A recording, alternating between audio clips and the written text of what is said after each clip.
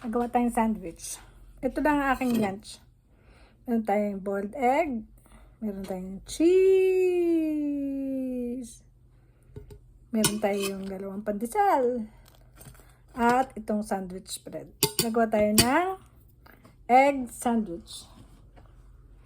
Plus coffee. Hindi pa yan. Yan. Slice natin to. Ito muna.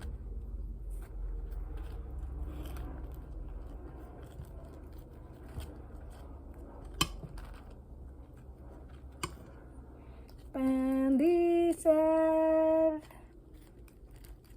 Kain na kayong pandesal. Palagyan natin ito. Favorite ko to. Kahit na nasa Pinas pa ako. Gusto ko to. Pwede mo siyang lagyan ng tuna. Pwede mo siyang lagyan ng bacon. Pwede mo siyang lagyan ng boiled egg. May sandwich spread ka na. Hindi ka na magtitimpla. Timplado na siya.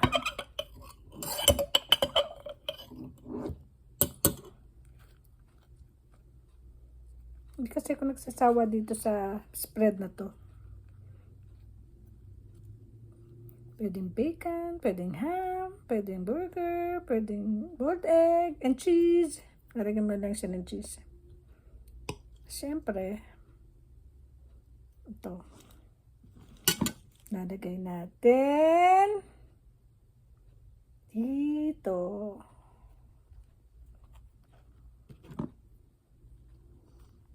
Ano kaya maganda? Buo kaya ang egg o yung slice?